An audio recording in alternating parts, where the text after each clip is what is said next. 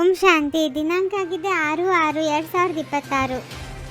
ಅಮೃತ ವೇಳೆಯ ಸಮಯವು ಬಹಳ ಒಳ್ಳೆಯದಾಗಿದೆ. ಆದ್ದರಿಂದ ಬೆಳಗ್ಗೆ ಎದ್ದು ಏಕಾಂತದಲ್ಲಿ ಕುಳಿತು ತಂದೆಯೊಂದಿಗೆ ಮಧುರವಾಗಿ ಮಾತನಾಡಿ.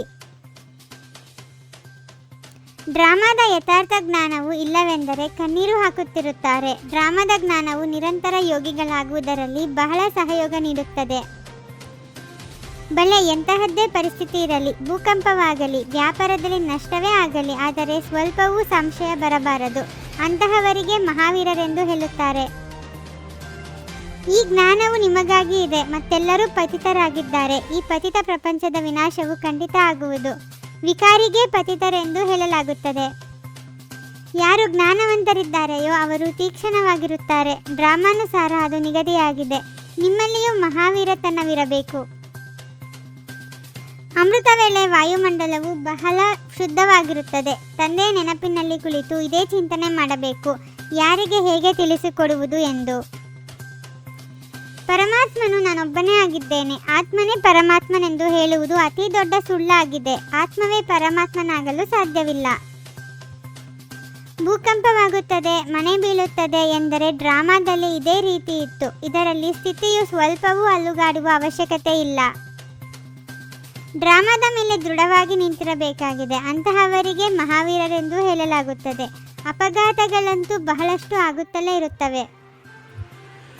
ಇದು ಖಂಡಿತವಾಗಿಯೂ ವಿನಾಶಕಾಲವಾಗಿದೆ. ಇದನ್ನು ನೀವು ಮಕ್ಕಳು ತಿಳಿದುಕೊಂಡಿದ್ದೀರಿ. ಮನುಷ್ಯರು ಸಂಪೂರ್ಣ ಘೋರ ಅಂಧಕಾರದಲ್ಲಿದ್ದಾರೆ. ಅಮೃತ ವೇಳೆ ತಂದೆಯನ್ನು ನೆನಪು ಮಾಡುವುದು ಒಳ್ಳೆಯದಾಗಿದೆ. ಮುಂಜಾನೆಯ ಸಮಯವು ಬಹಳ ಚೆನ್ನಾಗಿರುತ್ತದೆ.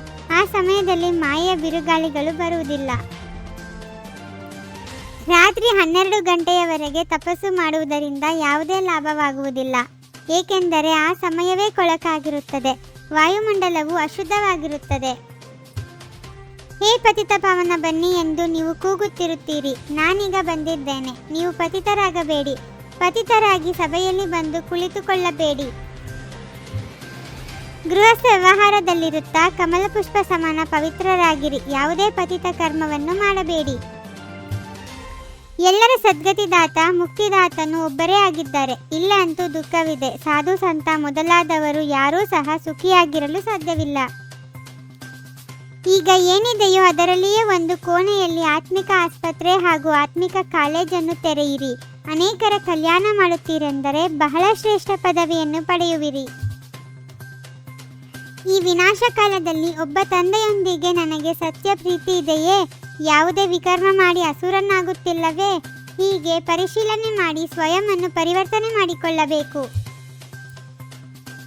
ತಮ್ಮ ಸ್ಥಿತಿಯನ್ನು ಏಕರಸ ಅಚಲವನ್ನಾಗಿ ಮಾಡಿಕೊಳ್ಳಲು ಡ್ರಾಮಾದ ರಹಸ್ಯವನ್ನು ಬುದ್ಧಿಯಲ್ಲಿಟ್ಟುಕೊಂಡು ನಡೆಯಬೇಕಾಗಿದೆ.